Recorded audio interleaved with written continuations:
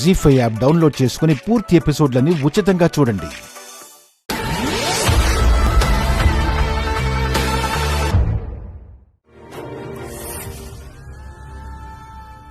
భీమ్రావ్, రామ్జీ, నాన్నా, నేను మీ అందరికీ చెప్పాను కదా, మేము రాత్రి వేడుక చేసుకోవడానికి ఇంటికి వస్తాము అని. ఇదిగో చూడండి, మేము వచ్చేసాము. ఇప్పుడు భలే ఉంటుంది.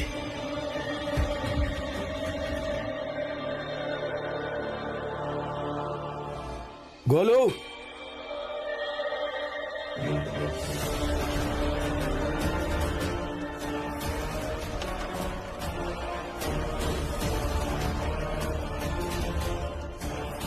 ఇప్పుడు మేమందరం లోపలికెళ్ళి విందు చేసుకుంటాం.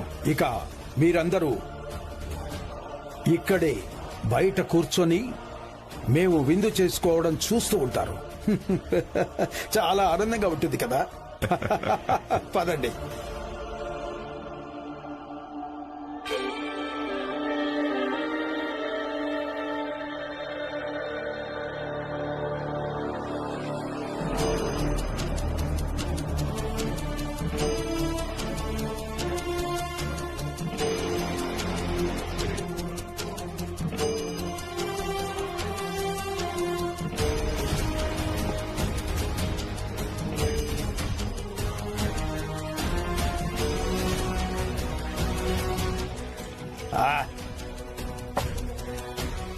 తీసుకోండి, ఆనందాన్ని అనుభవించండి.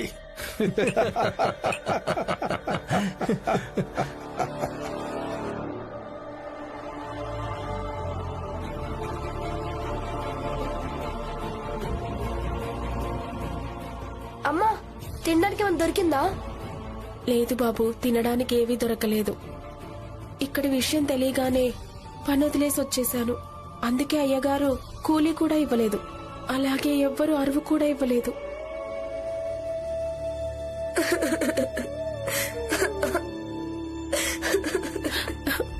ప్రచండదేవి గారు, పస్తులున్న వాళ్ల ముందు విందు చేసుకోవటం భలేగా ఉంది కదా. నువ్వు అన్నది అక్షరాలా నిజమే.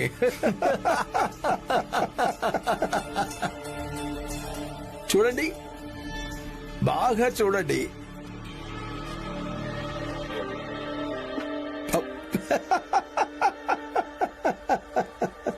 అమ్మా, తినడానికి ఏదో ఒకటి ఇవ్వు, బాగా ఆకలేస్తుంది. దీపక్, నేను వెళ్ళి ఏదైనా చూస్తాను. మీరెక్కడికి వెళ్తున్నారు? అయినా ఏం చూస్తారు? ఏం ఏర్పాటు చేయగలరు?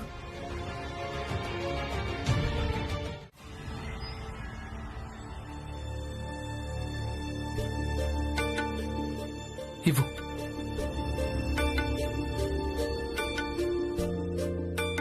ఇక ఇప్పుడు మనం ఏం చెయ్యాలంటారు? ఈరోజు ఆఫీస్కి వెళ్ళగానే సార్ని అడుగుతాను.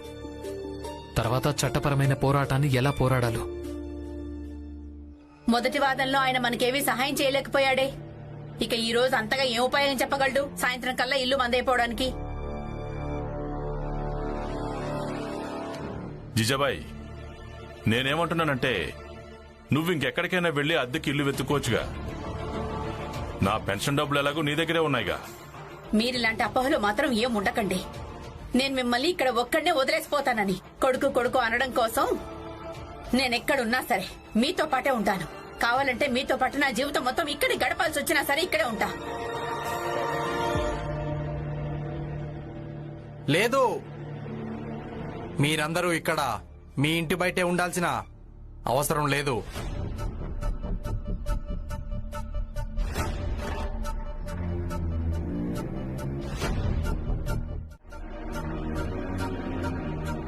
కానీ ఎందుకు బాబు గారు? అది ఎందుకంటే ఇక మీరందరూ బయటికి వెళ్లిపోతారు. అంటే నగరపాలక సంస్థ ఏం నిర్ణయించిందంటే, ఇప్పుడు ఇంక భవన నిర్మాణం ప్రస్తుతం ఆగిపోయింది. అందుకే ఇక్కడ చెత్త పారబోయాలని. ఏంటి? అసలు మీరేమంటున్నారు? ఇది మేముండే ఇల్లు. ఇంటి బయట ఉంటూ మేమంతా మా ఇంటి కోసం పోరాటం చేస్తున్నాం. ఇక మీరేమో మమ్మల్ని ఇక్కడ నుంచి వెళ్ళిపోమని అంటున్నారా? అలాగే మీరు ఇక్కడ చెత్త పారబోస్తారా? అవును, అప్పటి నుంచి నేనేం చెప్పానో అర్థం కావడం లేదా? అంటే మీ ఇష్టం మీదే ఉంటుందా? అంటే మీకు ఏది చెయ్యాలనిపిస్తే అది చెయ్యొచ్చు అనుకుంటున్నారా? నాకు తెలుసు నువ్వు ఏదో ఒకటి తప్పకుండా మాట్లాడతావని. ఇదిగో నీకోసం కాగితం తీసుకొచ్చాను, తీసుకో, చదువు.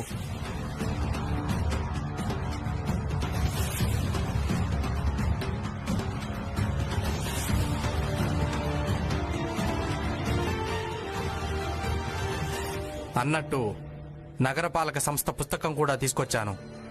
దీన్ని నువ్వు చదివావు కదా, గుర్తుంది కదా? ఇందులో ఏం రాస్తుందంటే నగరపాలక సంస్థకు అనిపిస్తే ఎక్కడైనా ఏదైనా స్థలం ఖాళీగా ఉందని అప్పుడక్కడ చెత్త పారబోయొచ్చని. ఇక నాకనిపిస్తుంది ఈ స్థలం అలాంటిదేనని.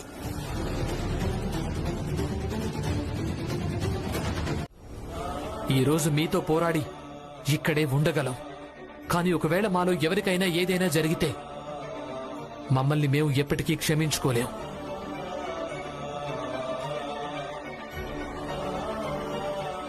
మనం వెళ్లాల్సి ఉంటుంది. మనమంతా ఇక నుంచి వెళ్లాల్సి ఉంటుంది. అందరూ పదండి, మీ సామాన్లు తీసుకోండి.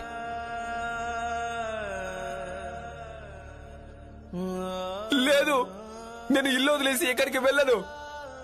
చచ్చిపోతాను కానీ నేను ఇక్కడ నుంచి ఎక్కడికి రాను. భువన్, పంతం పట్టుకో. నేను ఇక్కడ నుంచి ఎక్కడికి వెళ్ళను. ఇక్కడి నుంచి పద, నేను చెప్పేది విను.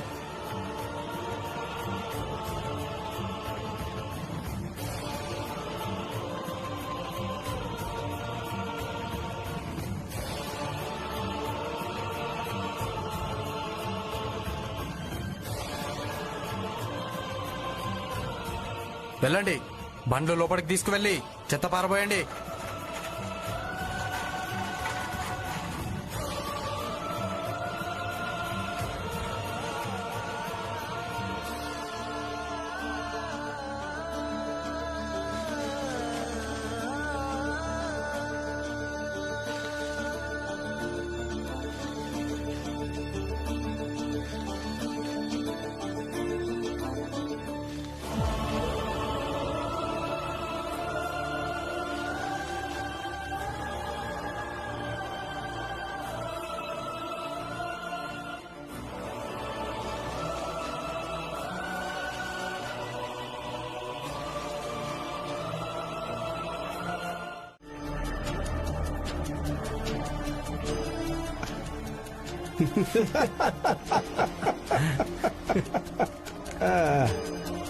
భీమరావు, నీకు గవర్నర్ గారితో పరిచయం ఉంది కదా, నువ్వొక పని చెయ్యి. అక్కడికి వెళ్ళి కొద్దిగా బతిమాలు, కాళ్ళు చేతులు పట్టుకో, అలాగే కొంచెం ఏడు. బహుశా ఏమైనా ఫలితం ఉంటుందేమో.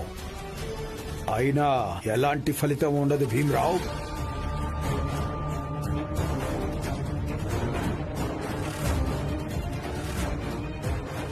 గవర్నర్ దగ్గరికి ఎలా వెళ్ళాలి?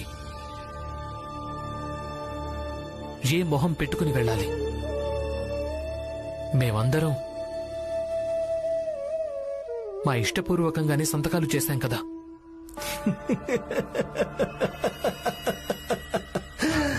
ప్రచండదేవ్ గారు, చాలా మంచిదయ్యింది. నా దగ్గర ఉంటూ తను వాస్తవాన్ని అంగీకరించడం నేర్చుకున్నాడు. ఇక మీరందరూ కోర్టు ముందు బాగా గెంతులేశారు కదా, వర్షాకాలపు కప్పల్లారా. ఇప్పుడు అదే విధంగా గెంతుతూ ఇక్కడి నుంచి వెళ్ళిపోండి. అన్నట్టు వెళ్ళడానికి ముందు ఒక విషయం గుర్తు పెట్టుకోండి. మేము మీకెప్పటికీ కనిపించకూడదు, అలాగే మీరు మాకెప్పటికీ కనిపించకూడదు. ఈ బుద్ధిలేని భీమరావును వదిలేసి, ఎందుకంటే ఈ భీమరావు ఎక్కడెక్కడికి వెళ్ళినా నేను తనని వెతికే తీరుతాను. గుర్తుంది కదా భీమరావు, నేను నీకొక మాటిచ్చాను. నేను నిన్ను ఎంతకాలం ఇబ్బంది పెడుతూ ఉంటానంటే నువ్వు ఈ బొంబాయి నగరాన్ని వదిలేసిపోయేంత వరకు. ఈ సామాన్లు తీసుకొని ఇక బయలుదేరు. అలాగే, తప్పకుండా. మేం కూడా మీకు దగ్గరలోనే ఉండాలనుకుంటున్నాం. ఎందుకంటే మీ ప్రతి సవాలుకి మొహం మీద కొట్టినట్టు చెప్పడానికి. దాంతో మాకు కూడా మనోబలం పెరుగుతుంది.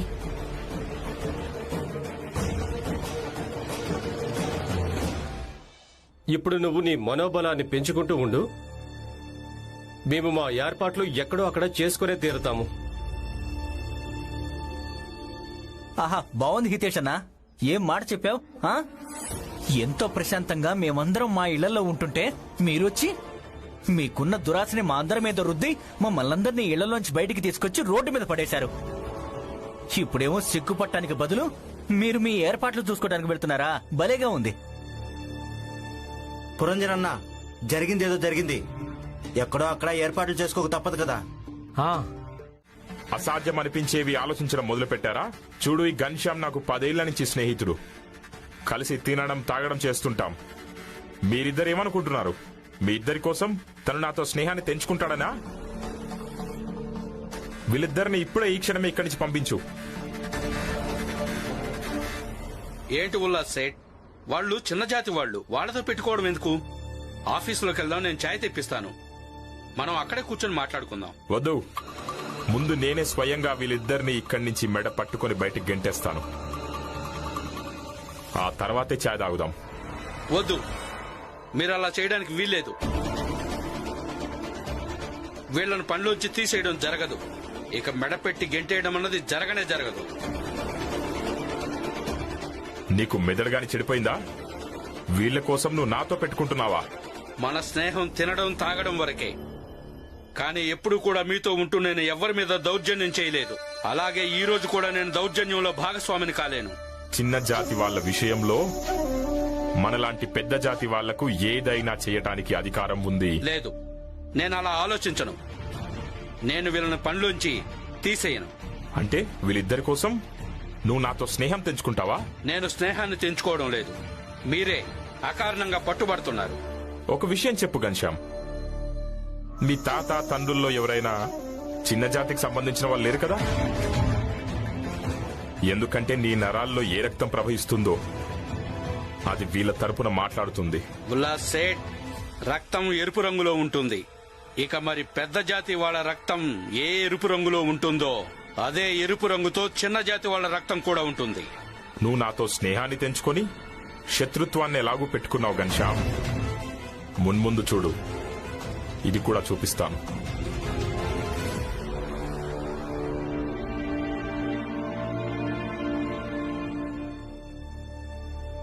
నిజంగా ఇప్పుడు చెప్పేమైందో? ఏమైందంటే ప్రచండదేవ్ గారు, భీమరావు వాళ్ళ లాయర్ కోర్టు నుంచి స్టే ఆర్డర్ తీసుకొచ్చాడు.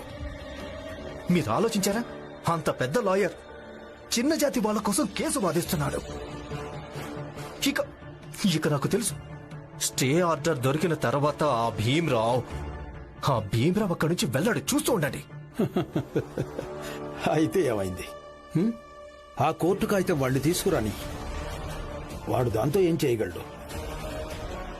ఆ భీమ్రావును మనం ఎంతగా ఇబ్బంది పెట్టాలంటే వాడే స్వయంగా వాడి అక్కడి నుంచి వెళ్లిపోవాలి. అసలు వీడు వాని గురించి ఏమనుకుంటున్నాడు? 10 ఏళ్ల పాత స్నేహాన్ని తెంచుకుంటాడా? ఎలా బుద్ధి చెప్తానంటే వాడి జన్మలో మర్చిపోకూడదు. ఉల్లాస్ గారు, మీరు ఎవరికి బుద్ధి చెప్పడం గురించి మాట్లాడుతున్నారు? ఈ రమ్మ ఇంకా లక్ష్మి వాళ్ళిద్దరూ నా మిత్రుడి దగ్గర పని చేస్తున్నారు. ఇక వాళ్ళిద్దరు అంతగా ఏం చేశారో ఏమో. నా స్నేహితుడు ఏకంగా నాతో స్నేహాన్ని తెంచుకున్నాడు. అది కూడా ఈ చిన్న జాతి ఆడవాళ్ల కోసం. ఇప్పుడు నేనా భీమ్ ఇంకా రమాకు, అలాగే వాళ్ళ జాతిలోని ప్రతి ఒక్కరిని ఎలా విరగ్గొడతానంటే వాళ్ళు ఇంకెప్పుడు నిలబడలేరు. వాళ్ళకి జాతికి ఇంకా డబ్బుకు ఉన్న బలమేంటో సరిగ్గా తెలీదు. మీరన్నది అక్షరాలా నిజమే ఉల్లాస్ గారు. వాళ్లకు బుద్ధి చెప్పి తీరాల్సిందే. సరే, అయితే రేపు ఉదయం నుంచే వాళ్ళ బ్రతుకుల్ని నరకంగా మార్చడం మొదలు పెడదాం. రేపు పొద్దున్నే కూలీలను కూడా రమ్మందాం.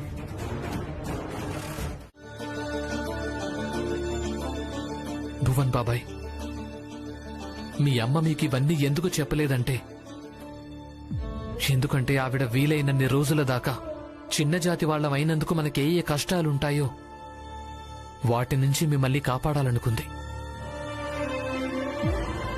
మీ అమ్మేమీ అబద్ధాల కోరు కాదు. ఎందుకంటే ప్రతి తల్లికి తన కొడుకు మహారాజే అవుతాడు. అయినా ఆ రాజు ఎక్కడున్నా పెద్ద తేడా ఏముంటుంది? ఏదో పెద్ద రాజభవనంలో ఉంటే ఏంటి, ఇలా ఆకాశం కిందుంటే ఏంటి? ఎక్కడైనా రాజే కదా.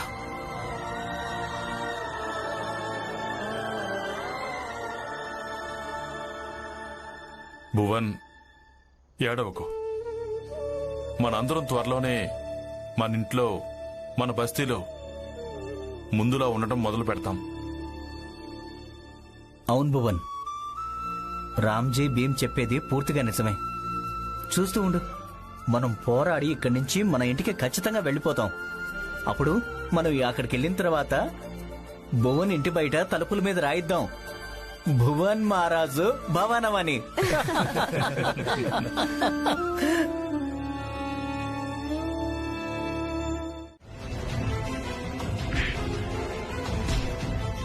వాడిని కుదేసి కొట్టండి, వాడి ఎముకలు వెలగొట్టండి.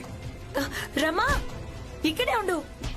నేను చెప్పాను కదా, ఎవరైనా ఇక్కడికి వస్తే వదిలిపెట్టేది లేదు అని.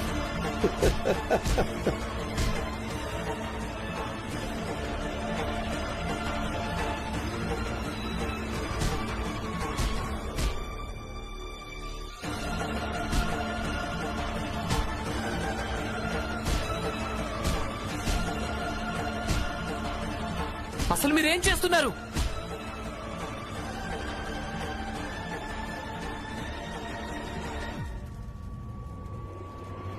చాలా ఆపండి. ఇక్కడేం జరుగుతుంది? ఇన్స్పెక్టర్ గారు చూస్తున్నారుగా, వీళ్ళందరూ మమ్మల్ని ఎప్పటి నుంచో ఎంతగానో ఇబ్బంది పెడుతున్నారు. అదిగో చూడండి, మీ ఎదురుగానే మిరపకాయలు పొగపెట్టి మమ్మల్ని ఇబ్బంది పెడుతున్నారు, వింత నాటకం ఆడుతున్నారు. ఇన్స్పెక్టర్ గారు, ఆ వ్యక్తి పచ్చి నిజం చెప్తున్నాడు. మేము ఎంత శాంతప్రియులేమో మీకు తెలుసు కదా. అదిగో వాళ్లే కొట్టడం మొదలు పెట్టారు. ఇక ఆత్మరక్షణ చేసుకోవాల్సి ఉంటుందా లేదా? పాపం వాళ్ళంతా ఆత్మరక్షణ చేసుకుంటున్నారంతే. ఈయన అబద్ధం చెప్తున్నారు. తప్పంతా ఏందే? అసలు తప్పు ఎవరి వైపు నుంచైనా జరగని, కానీ దీనికి బదులుగా మిగతా వాళ్ళు కూడా పోట్లాడారు. ఇక రెండు పక్షాలు వారు తప్పు చేశారు. ఇక శిక్ష కూడా ఇద్దరికీ పడుతుంది.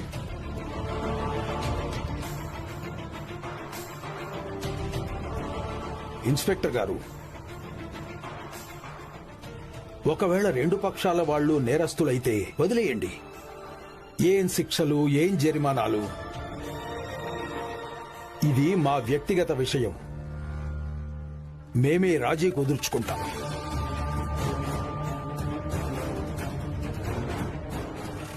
సరే అయితే మీలో మీరు రాజీ పడి పరిష్కరించుకోండి. ఇక స్టేషన్కి రావడం ఎందుకు? కానీ ముందుగా వీళ్ళే ఇక్కడికి వచ్చి ఇదంతా మొదలు పెట్టారు కదా. అయితే దానికోసం న్యాయస్థానానికి వెళ్ళు. అది ఎల్లుండి తెరుస్తారు. అంతవరకు అలాగే కూర్చొని ఉండు. చూడు భీమరావు, ఈ ప్రపంచం పుస్తకాల్లోని చట్టంతో సాగడం లేదు, అర్థమైందా? ఇన్స్పెక్టర్ గారు, మీరు మీరు ఎంత ఎర్రని ఎండలో ఎందుకలా కష్టపడుతున్నారు చెప్పండి. వెళ్దాం పదండి. మా ఇంటికి తోటలో నుంచి తీయని తాజా మామిడి పళ్ళు వచ్చాయి. వెళ్దాం పదండి, మీకు తినిపిస్తాను పదండి.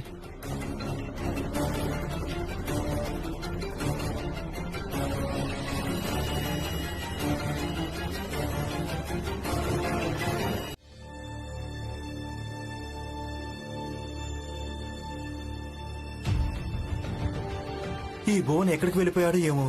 పంతం బట్టి ఒకవేళ తను ఏదైనా తప్పు చేశాడంటే చాలా పెద్ద సమస్య అయిపోతుంది. నాకైతే చాలా బెంగగా ఉంది. అసలు దేని గురించి బెంగపడుతున్నావు? అసలు భీమ్రావ్ అలాగే వాళ్ళ ఇంట్లో ఉండేవాళ్ళు ఇంతగా ఎందుకు బెంగపడతారు? ఎందుకు పడతారంటే వాళ్ళకి అనిపిస్తుంది వాళ్ళు చెప్పిన ప్రకారం ఎవరెవరు నడవలేరో వాళ్ళందరిది తప్పని. అందుకే సలహాలిస్తూ ఉంటారు, బెంగ వ్యక్తం చేస్తూ ఉంటారు. జనార్దన్ అన్న, హితేష్ అన్న, ఈ సమయంలో భువన్ ఎంత కోపంగా ఉన్నాడనేది మీరు ఏమాత్రం ఊహించలేరు. గుర్తుంచుకోండి, మనిషి కోపం పెరిగి పిచ్చిగా మారిపోయిందనుకోండి, తను తప్పు ఒప్పుల మధ్య తేడాను గ్రహించడం మర్చిపోతాడు. ఇదంతా నాకెందుకు తెలుసంటే ఒకప్పుడు నేను కూడా ఇలాగే ఉండేవాణ్ణి. సతారాలో నాకు కోపం వచ్చినప్పుడు నేను కూడా ఇలాగే పరిగెత్తేవాణ్ణి, అంతా సర్వనాశనం చేసేవాణ్ణి. ఎవరు ముందుకు రాకండి, లేదంటే మీ తలలు ఒక్కొక్కటిగా పగిలిపోతాయి.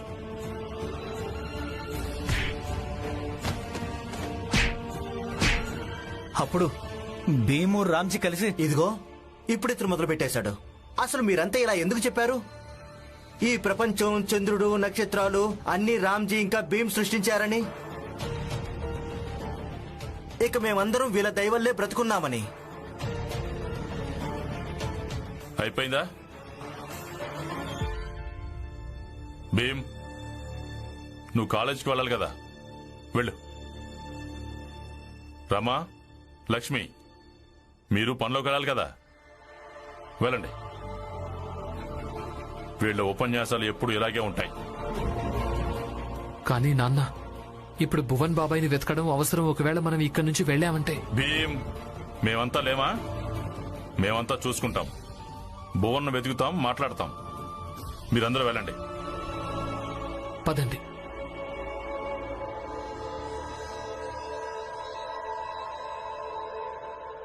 కానీ భువన్ ఇప్పుడు ఎక్కడని వెతకాలి? అసలు మీరంతా ఏం వెతుకుతారు? నువ్వు ఎలా చెప్తున్నావంటే భువన్ ఏదో 4-5 ఏళ్ల పిల్లాడన్నట్టు, తను ఎక్కడో తప్పిపోయినట్టు. నీకోసం ఒకటి తెచ్చాను, చూడు. ఏముంది ఇందులో? కొన్ని ముఖ్యమైన కాగితాలున్నాయి, బహుశా నీకు పనికి రావచ్చు. మీ ఆఫీస్లో చెప్పి దీన్ని తీసుకొచ్చారా? లేదు. అయితే అన్నయ్య, ఇది పాపం, ఇది దొంగతనం. నాకు అవసరం లేదు, మీరు వెనక్కి తీసుకెళ్ళండి. కానీ భీమ్. బాలా, నువ్వు ఈ చిన్న జాతి వాళ్ళ కోసం దొంగలా మారావా? సూర్యకాంత్ ఏదో పని మీద ఊరెళ్ళాడో లేదో నువ్వు దాన్ని అవకాశంగా తీసుకున్నావా? పెద్ద సారు, ఈ ఫైల్ వీళ్ళందరికీ చాలా అవసరం. వీటిని ఉపయోగించుకుని బహుశా వీళ్ళు తమ ఇంటిని కాపాడుకోగలరేమో. బాలా, ఈ ఫైల్ నాకు ఇచ్చేయి. బాలా, ఫైల్ ఇచ్చేయండి. ఇచ్చేయండి. ఇక నీ ఉద్యోగం ఎలాగూ ఊడుతుంది, అది కాక జైలుకు వెళ్లాల్సి ఉంటుంది. చూడండి సార్, ఆయన తప్పు చేసిందే నిజమే, కానీ ఇది దొంగతనమైతే కాదు. ఈయన తన పద్ధతిలో మాకు సహాయం చేయడానికి ప్రయత్నిస్తున్నాడు. సహాయం పేరున నువ్వు దొంగతనాన్ని ఒప్పని రుజువు చేయలేవు. పెద్ద సారు, వీళ్ళందరూ చాలా పేదవాళ్ళు. కొంచెం సహాయం చేస్తే వీళ్ళ జీవితం కష్టాల నుంచి తప్పిపోతుంది. ముందు నిన్ను నువ్వు కాపాడుకో, మిగతా తర్వాత చూసుకుందాం. లేదు, లేదన్నయ్య, ఇది సరైంది కాదు. కానీ భీమ్, నా దగ్గరున్నది ఇదొక్కటే మార్గం. దాంతో నేను నీకు సహాయం చేయగలను. నాకెలాంటి బాధ లేదు. ఒక ఉద్యోగం పోతే నేను ఇంకొకటి వెతుక్కోగలను. ఇక జైలుకి వెళ్ళినా కూడా జీవితం అంతా జైల్లోనే ఉండను కదా. కానీ భువన్ బాబా, ఇదంతా ఎలా జరిగింది? భువన్ ఆత్మహత్య చేసుకున్నాడు. మా అమ్మ చెప్పింది అబద్ధం. తను ఎప్పుడు నన్ను మహారాజు మహారాజు అని అంటూనే ఉండేది. తను ఎప్పుడు నాకెందుకు చెప్పలేదు నేను మహారాజు కాదని, నేను చిన్న జాతికి చెందిన వ్యక్తినని, తన విషయంలో ఎవరైనా ఏదైనా చేసి వెళ్లిపోవచ్చని. ఇలా చెప్తే వాళ్ళు వినరు. నేను వాళ్ళని వదిలిపెట్టాను, ప్రతీకారం తీర్చుకొని తీరుతాను. మా ఇంట్లో భువన్ ఉంటాడు కదా, మీ అందరి మీద పగ తీర్చుకోవడానికి బయలుదేరాడు. వాణ్ణి పగ తీర్చుకోవడానికి రానివ్వు. మేము దాని లెక్క చాలా బాగా సరి చెయ్యగలం. ఇక ఆ లెక్క మాకు కూడా గుర్తుంటుంది, అలాగే మీ అందరికీ కూడా. కానీ భువన్, నువ్వు వాళ్లతో గొడవ పట్టాను కదా వెళ్ళింది, ఇలా నీ ప్రాణాలు తీసుకోవడానికి కాదు కదా. అసలు నేను ముందు నుంచే చెప్తున్నాను, పెద్ద జాతి వాళ్ళతో పోరాడడం వల్ల ఎలాంటి ప్రయోజనం ఉండదని. ఇప్పుడు చూడండి, ఇలాగే ఒక్కొక్కరుగా మనందరి ప్రాణాలు పోతాయి.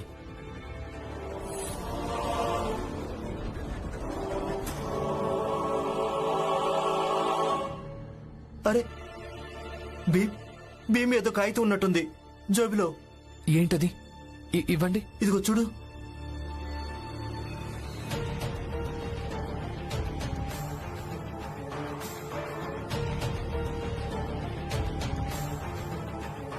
ఇందులో ఏం రాసింది?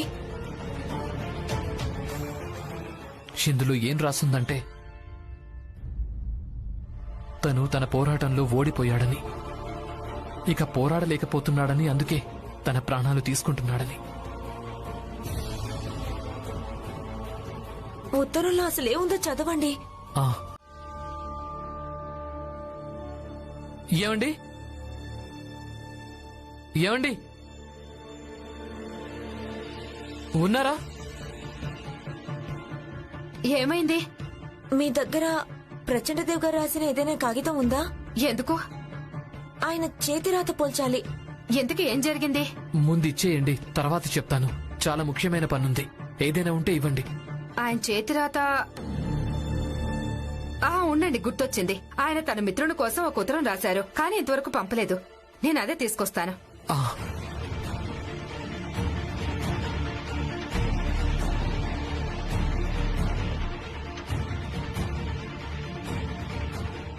ధన్యవాదాలు.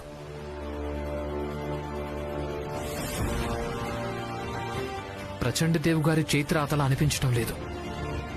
ఇక నరోత్తన్ జోషి హ్యాండ్ రైటింగ్ నాకు బాగా తెలుసు.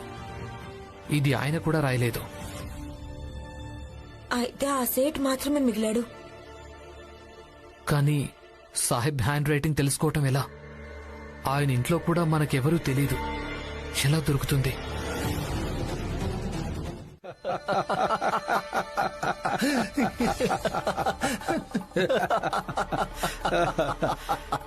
ఒక విషయం చెప్పు భీమరావు, నువ్వు ఈ చిరిగిన సగం కాగితం తీసుకెళ్లి దీని చేతిరాతను పోల్చుకుని నువ్వేం చేయగలవు? ప్రచండదేవ్ గారు, వీడు ఏం చేయలేడు. నేనొచ్చాను కదా మీ ఇంటికి హ్యాండ్ రైటింగ్ పోల్చడానికి. ఏం జరిగింది భీమరావు? చెప్పు. భీమరావు, నువ్వు ఒక పని చెయ్యి. నువ్వు ఈ చిరిగిన కాగితాన్ని తీసుకుని ఇంటికి వెళ్ళు. అలా వెళ్లి అందరి చేతిరాతతో పోల్చుకో. కానీ గుర్తుపెట్టుకో, నీకు న్యాయం మాత్రం దొరకదు.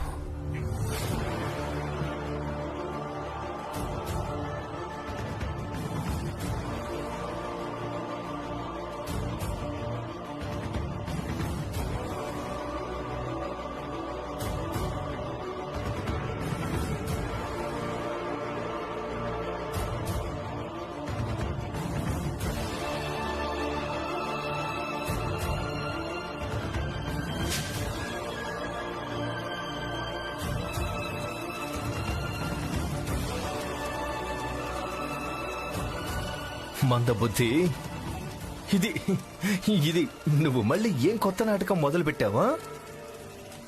ఇది నాటకం కాదు. కేవలం మీ ఇద్దరికీ వివరించడానికి ప్రయత్నం చేస్తున్నాను. న్యాయం ఇంకా వాస్తవం అనేవి ఈ నిప్పులాగా ఉంటాయి. కావాలంటే ఎన్ని వస్తువులైనా వాటి మీద వేసి వాటిని అణిచివేయటానికి ప్రయత్నం చేయండి. అయినా కూడా అవి వాటన్నింటినీ ధ్వంసం చేసి బయట పడే తీరతాయి.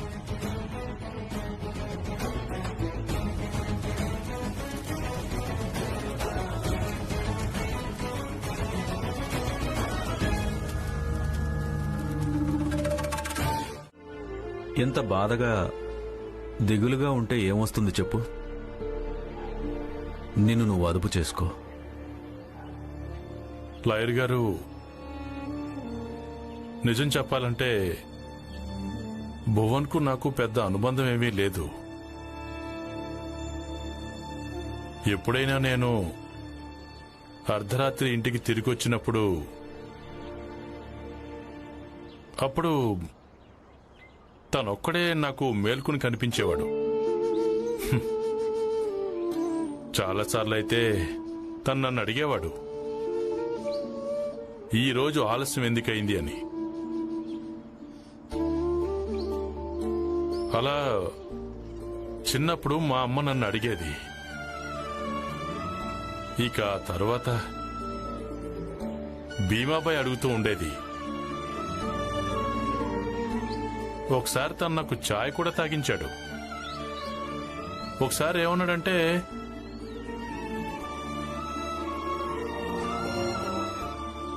ఏమన్నాడు?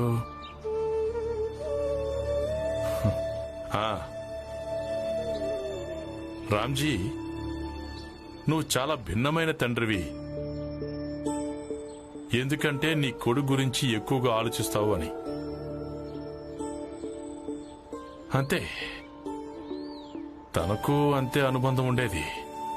కానీ లాయర్ గారు నిజం చెప్పాలంటే తను బతుకున్నంత వరకు, అంతవరకు తను ఉన్నా కూడా నాకు పెద్ద తేడా ఉండేది కాదు. కానీ ఇప్పుడుంటోంది. మానవత్వం అంటే ఇదే మానవీయత. నేను అర్థం చేసుకోగలను రామ్జీ. అయినా నిన్ను నువ్వు అదుపు చేసుకో. ఎలా అదుపు చేసుకోవాలి లాయర్ గారు? భువన్ హంతకుడు ఇంకా బతికే ఉన్నాయి. అయితే ఆలోచించండి. ఆ భీమ్రావ్ ఆధారాలను సేకరించకుండా ఎలా ఆపగలము? అయితే వాడి భార్య రమనే ఎత్తుకొచ్చేద్దాం. తర్వాత వాడి సగముత్తరాన్ని తేలికగా సముద్రంలో పారేయించగలం. ఉల్లాస్ గారు, మీరు భీమ్రావుని అర్థం చేసుకోలేదు. వాడు సత్యానికి కట్టుబడతాడు. అలాగే న్యాయం, భార్య విషయం వచ్చిందనుకో, బహుశా వాడు న్యాయాన్నే ఎంచుకుంటాడనుకుంటాను. మీకు అర్థమైందా? నిజమే, మీరన్నది నిజమే ప్రచండదేవ్ గారు. తనలాంటి వాడే. మరేం చేద్దాం? ఏం చెప్పాల్సి ఉంటుందంటే పాము కూడా చావాలి, అలాగే కర్ర కూడా విరక్కూడదు.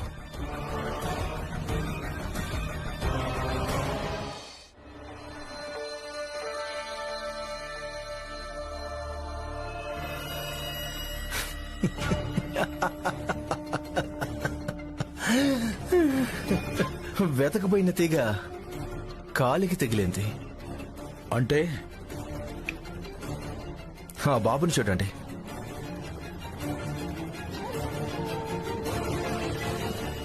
వాడిని గుర్తుపట్టారా?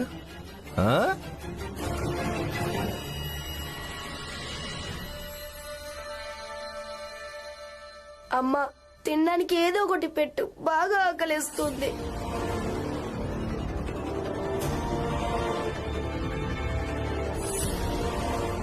వీడు గుర్తుకొస్తోంది. వీడు వాడే కదా భీమ్ వాళ్ళ ఇంట్లో ఉంటాడు. నిజమే, వీడేవాడు. ఇప్పుడు ఆలోచించండి, ఆ రోజు వీడు పస్తులుండడంతో భీమ్రావ్ ఎంత పెద్ద రాద్ధాంతం సృష్టించాడు. ఇప్పుడు ఈ సమయంలో మీరు నేరస్తులు అవునో కాదు. వాటికంటే పెద్ద సమస్య ఏంటంటే అందరికీ ఆకలిస్తోంది. పాపం ఆ పిల్లాడు పస్తులున్నాడు. మీకు నాతో అలాగే రమతోనే కదా సమస్య. మా ఇద్దరికి మీ భోజనం అక్కర్లేదు. కానీ నేను చెప్పేది వినండి. అందరూ కలిసి డబ్బులు తీయండి, అందరి కోసం ఒకేసారి భోజనాన్ని తెప్పించండి. ఇక ఆలోచించండి, ఒకవేళ మనం ఈ బాబుని ఏదైనా చేస్తే ఇక ఆ భీమ్రావ్ ఆధారాలను చెరిపియ్యక తప్పదు. ఏమంటారు? నువ్వు చెప్పింది పూర్తిగా నిజమే నరోత్తమ్.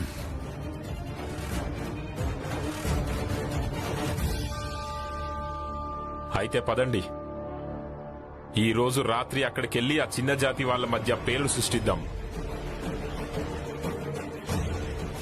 సరే.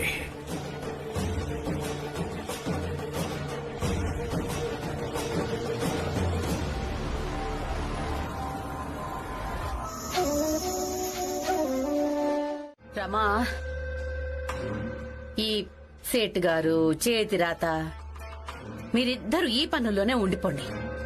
తన పట్టు వదులుకోమని భీమ్కు చెప్పు, లేదంటే ఆ దీపక్కు చచ్చిపోతాడు. తనకి నచ్చ చెప్పు, తను భువన్ వ్యవహారంలో ఇరుక్కోవద్దు అని. అత్తయ్య, జీవితంలో ఎప్పుడు సమస్య వచ్చినా అందరికంటే ముందు మీరే భయపెడతారు. ఒక్కసారైనా అనొచ్చుగా, రమా నువ్వేం భయపడకు, పోరాడు, ప్రయత్నించు అని. నిజానికి అత్తయ్య, మీరు దీపక్ గురించి అసలేం కంగారు పడడం లేదు. నిజానికి మీ కంగారంతా నా భర్త ఓటమి గురించే. నువ్వంతగా వాగాల్సిన అవసరం లేదు రమా. నేనెందుకు చెప్తున్నానంటే, అదుగో ఆ దీపక్ తల్లుంది కదా, తన శాపం నీకు తగలకూడదని. ఒకవేళ రేపు నీ కనుక శాపం తగిలింది అంటే బహుశా నీకు నీ కన్న బిడ్డలే ఉండకపోవచ్చు. చాలు జీజాబాయ్, చాలు. ఆపో. చాలా ఎక్కువైపోయింది. ఇప్పుడు నువ్వు హద్దులు దాటిపోతున్నావు. జీ5 యాప్ డౌన్లోడ్ చేసి అన్ని ఎపిసోడ్స్ పూర్తి ఉచితంగా చూడండి.